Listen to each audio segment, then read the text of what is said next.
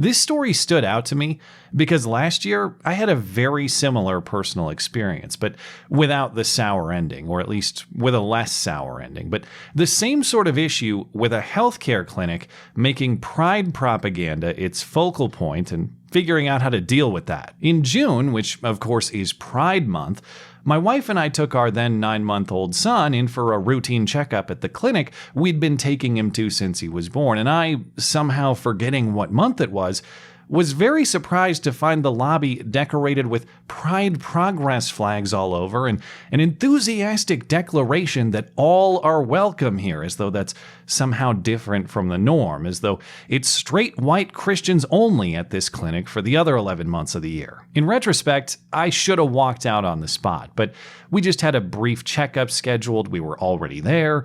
And so we saw the pediatrician quickly, and then we left. And on the elevator ride out, we discussed how we can't bring our son to this place anymore. And it's not just that these sexual identity themes have no place in a pediatrics clinic, considering it's for kids, but I don't want politics front and center at all, actually. I don't even want politics I like decorating the place. If they had a Gadsden flag or a come and take it flag, I might be less worried about my kid getting indoctrinated or abused, sure, but it's still an indicator that medical care is secondary to something else around here. It's ideology first, and your care second. We didn't make a scene of it, we just didn't schedule another appointment, and we left, intending not to return and to shop for another pediatrician. But then the clinic sent me a request for my feedback about the appointment, and I thought, sure, if you're asking for my opinion, then of course I will provide it. And so I told them exactly that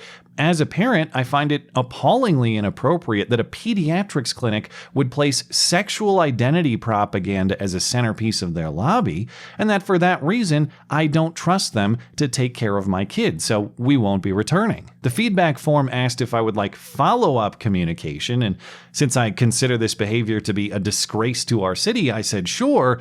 Unsurprisingly, though, I did not receive a call or an email back, and so that was that.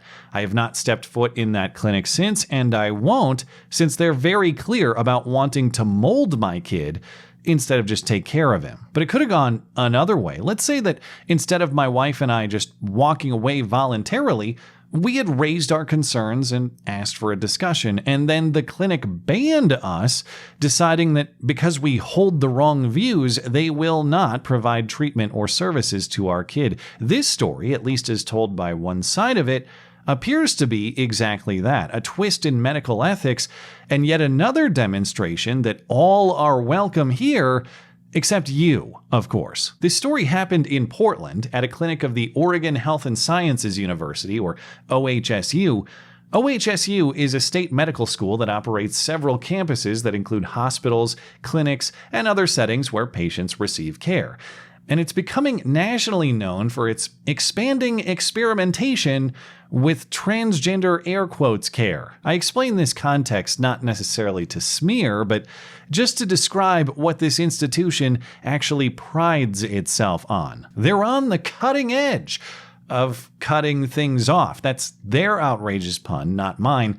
They celebrated the expansion of their transgender surgical operation at the start of the year and its new progressive methods to go with new progressive hairstyles. And it's not just how much they're cutting, it's who they're cutting too. OHSU publications argue so-called gender-affirming care is not just important in general, it's specifically important for youth, because identity exploration is a critical stage in development for adolescents. And since we all make our best decisions in adolescence, it is medically advisable to make those decisions physiologically and anatomically altering and permanent, apparently. Here is a recent discussion with OHSU's foremost child genital hacker, exploring the ethics of a teenager's first sexual experiences happening through his artificial design. Some of our adolescents, for example, who are not sure if they want a canal,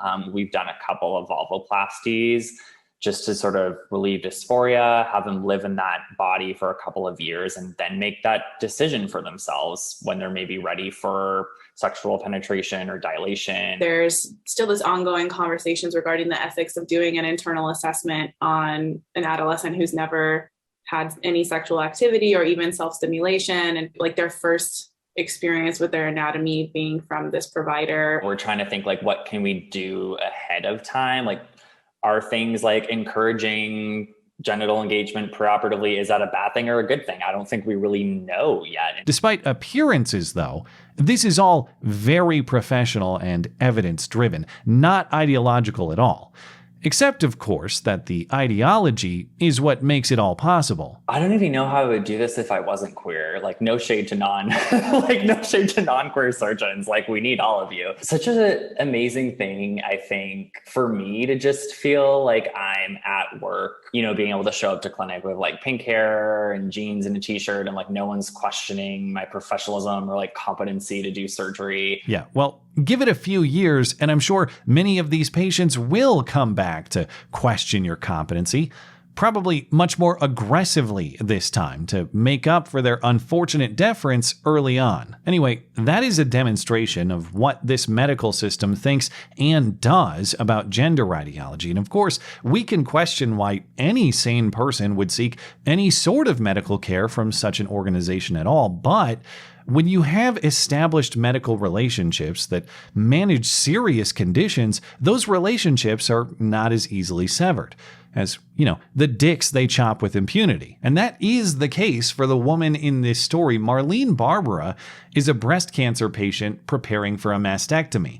She also says she's had a liver transplant sometime recently, and she sees her primary care doctor at OHSU's Richmond Family Medicine Clinic in the southeast part of the city. Starting last year, Barbara likewise noticed a large transgender pride flag in her clinic lobby, and she took issue with that display. And so she used the MyChart app. It's an app that facilitates appointment scheduling and communication with your doctor to send a message to hers. In that message last year, Barbara said to her doctor that she believes this transgender concept is nonsense, that biological sex is reality, and she doesn't feel comfortable coming to the clinic with an enormous transgenderism banner hanging like this is 1930s Berlin. She told her doctor that her opposition isn't just ideological, it's personal. She says she's been threatened by trans activists online, and so the celebration of this ideology is particularly upsetting to her. Now, whether that's true or not, I have no idea, but even if you're critical of this woman's sensitivities, it is important to note she didn't demand the outright removal of the flag. She asked her doctor for a discussion about how she can access care without walking under a banner that seeks to negate her. She asked for some other personal arrangement, not total control of the clinic. Barbara's doctor responded, "Well, I'm not going to go out there and take it down," and apparently no other arrangement was made. Barbara had been seeing this doctor for 12 years as well, so even if you think that initial message was overly aggressive or overly dramatic, it was a message that was intended for a person with whom she had a decade's relationship, and it was sent under the assumption that only that person's eyes would be reading it.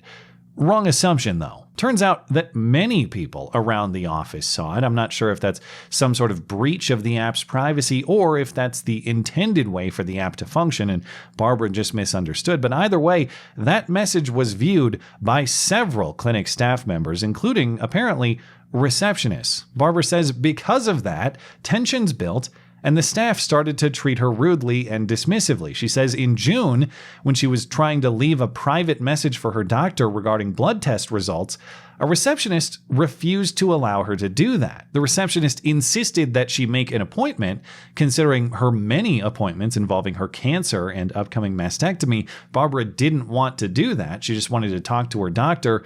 The receptionist then hung up on her for non-compliance. Thinking that was a mistake, Barbara called back, and when a second person refused to speak with her, she thought maybe she had been speaking with a transgender receptionist, and so she asked, "Did I hurt the trans person's feelings?" And this second receptionist apparently took great offense to that question. And so then the axe swung, or perhaps one of the many abundant genital scalpels they have laying around the office swung. A few weeks later, Barbara received an email from OHSU saying effective immediately, she is discharged, as in banned from receiving medical care at the clinic. The action is being taken because of ongoing disrespectful and hurtful remarks about OHSU's LGBT community and staff, the email reads. OHSU says if Barbara needs help finding a new provider, she should contact her insurer. And so, here is a cancer patient ahead of a major operation left without a primary care doctor to prepare. OHSU so far has not issued any comment in response, so it is important to acknowledge this is just one side of the story. It is possible that Barbara was more aggressive or more harassing in her communication than she's showing or describing, sure. But it's also important to acknowledge she had a decade-long relationship with this doctor and by extension with this clinic, and the problem only started when the clinic started forcing her to taste the rainbow. Even taken as described in the email, OHSU saying that the banning is because of disrespectful and hurtful remarks, that's an acknowledgement that staff feelings are apparently more important than providing care. And I get it. As a matter of principle, I don't think you have a right to someone else's labor or association. That principle applies just as validly in medicine as it does anywhere else. So I'm not saying I want the law to go in and bust up this operation for deciding they don't want to serve this lady. I am saying this action, at least as described so far, sure looks a lot like a violation of medical ethics. Take a browse through the American Medical Association's principles statement. Yes, it does say physicians should be free to choose whom to serve and with whom to associate, but it also says while caring for a patient, a physician should regard responsibility to that patient as paramount, and a physician should support access to medical care for all people. To place political priorities over patient care, especially over care for patients already involved in your care, is to betray the purpose of the profession, the preservation of human life. It is to say that some lives are more important or more worthy depending on their viewpoint. It is to say that policing what people think is more important than healing them. That is less of a doctor's perspective and more of a tyrant's. So yes, while doctors are within their rights to refuse certain people or refuse certain practices, there are still many morally wrong ways of doing that. And this story, at least as described as one of viewpoint discrimination, would certainly qualify. And of course, progressive defenders of this move might say, yeah, well, this is just like the gay wedding cake case. This is just like the recent corresponding gay wedding website case the Supreme Court just decided and said, no, Colorado cannot compel the baking of the cake or the designing of the website. If you want a legal right to refuse service, well, this is what happens. And there is some truth to that, but there are also some key distinctions. In these cases, the Supreme Court held that the state cannot compel speech. The state cannot force the baker or the website designer to create a message with which they disagree. But the court did not say that all anti-discrimination law is unconstitutional. And indeed, by law, we do compel medical services in many contexts. Emergency services are required regardless of a person's ability to pay. Doctors and medical facilities are prohibited from discriminating on the basis of race or sex or religion, and it appears this case is immediately adjacent. Political viewpoint. There is also the complicating factor that the Colorado baker and website designer are private actors. OHSU is a public institution. It is an entity of the state of Oregon, and it receives federal money in grants and Medicare and Medicaid reimbursement. And unless there is some insane harassment yet to be established in this case, it is now a public institution discriminating and refusing service on the basis of First Amendment protected viewpoint and expression. I think it is a perfectly consistent and defensible case that a private actor's right to refuse service is much different than a public institution bound to constitutional non-discrimination. The point here is not legal complexities, though. The point here is actually a simple moral concept. It's just a concept of priorities. Are there some things that hold value above ideology, or is ideology paramount? Do some things have value for their own sake, in other words, or are they only valuable if they serve political goals? In the context of entertainment or education or other corrupted institutions, the propaganda is annoying, sure, but it's much less consequential because it's much easier to opt out or support a competitor instead. When the ideology is a gateway to healthcare or medicine, though, we are entering much more dire contexts. It raises the question, does a life have value for its own sake, or is that life more or less valuable depending on what it believes? If you qualify or waffle on that question, you are not the good guy, because you are undermining the most fundamental moral principle. Human life has value for its own sake. Modify or erase that concept, and erase right and wrong entirely. Though I guess maybe that's the point. There is a lot of power in owning the terms of the universe, if only such a thing was possible. But if gender, despite its anatomy and physiology, is just a human creation and not a divine one, well, then it's not much of a stretch at all to think that morality itself is too. We invented all of it, and so we can change any of it anytime we want to. But if you've seen the pictures of the post-op fake genitals and thought, not only is that not convincing, it's grotesque actually, well, the same principle applies when we think we can change the same rules of the universe elsewhere. We can't, and if we try, it's going to get just as ugly as the pink-haired sausage factory. Thanks as always for listening and for supporting this channel. Always appreciate that thoughtful discussion down below, and especially over on Gab. That is at ML Christiansen. You're always welcome to coming out and chatting my live streams. Those are linked down in the description. Looking forward to it. Goodbye.